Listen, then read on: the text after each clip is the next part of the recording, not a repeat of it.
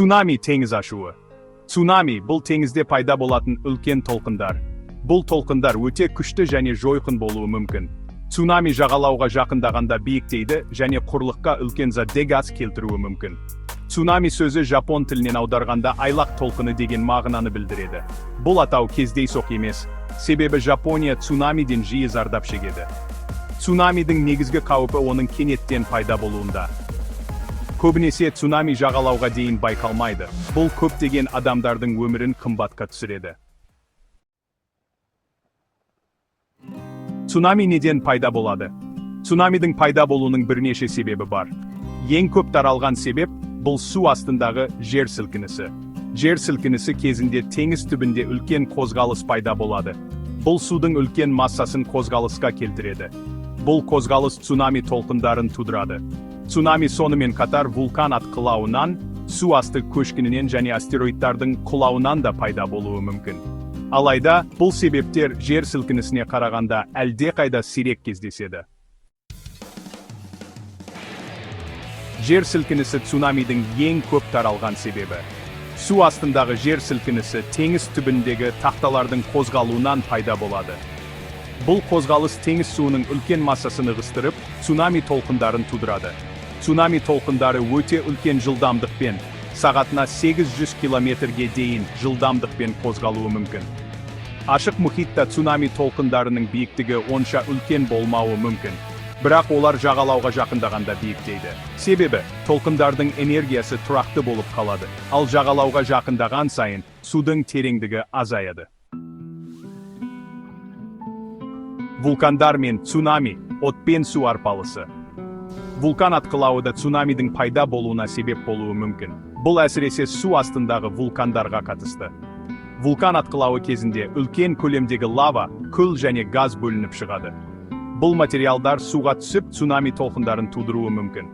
Сонымен қатар, вулкан атқылауынан туындаған жер сілкіністері де цунамиге әкелуі мүмкін. Section 5. Көшкіндердің су бетіндегі әсері. Су асты көшкіні, бұл цунамидің тағы бір себебі. Көшкіндер теңіз түбіндегі тұрақсыз шөгінділердің қозғалуынан пайда болады. Бұл қозғалыс судың үлкен массасын ығыстырып, цунами толқындарын тудыруы мүмкін. Көшкіндер жер сілкінісінен, вулкан атқылауынан, немесе жай ғана гравитация әсерінен пайда болуы мүмкін. Section 6. Аспаннан түскен апат, астероидтар. Астероидтардың құлауы сирек кездесетін, бірақ өте қауіпті цунами себебі болып табылады. Үлкен астероид жерге құлаған кезде, ол судың үлкен массасын ығыстырып, үлкен цунами толқындарын тудыруы мүмкін.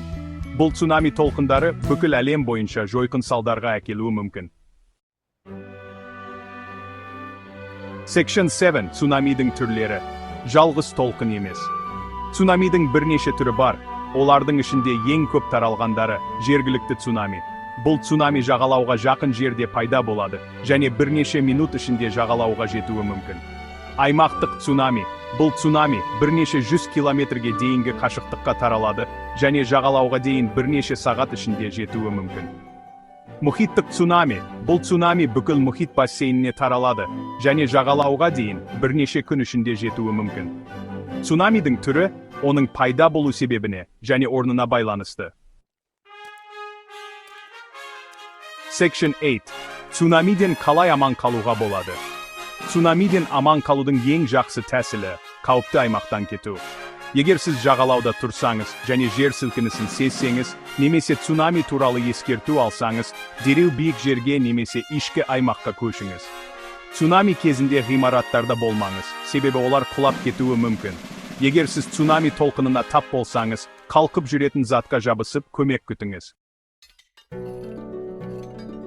Section 9. Тарихта қалған цунамилер. Тарихта көптеген жойқын цунамилер болған. Мысалы, 2004 жылы Үнді мұхитындағы цунами 230 мыңнан астам адамның өмірін қиды. Бұл цунами Индонезиядағы күшті жер сілкінісінен пайда болды.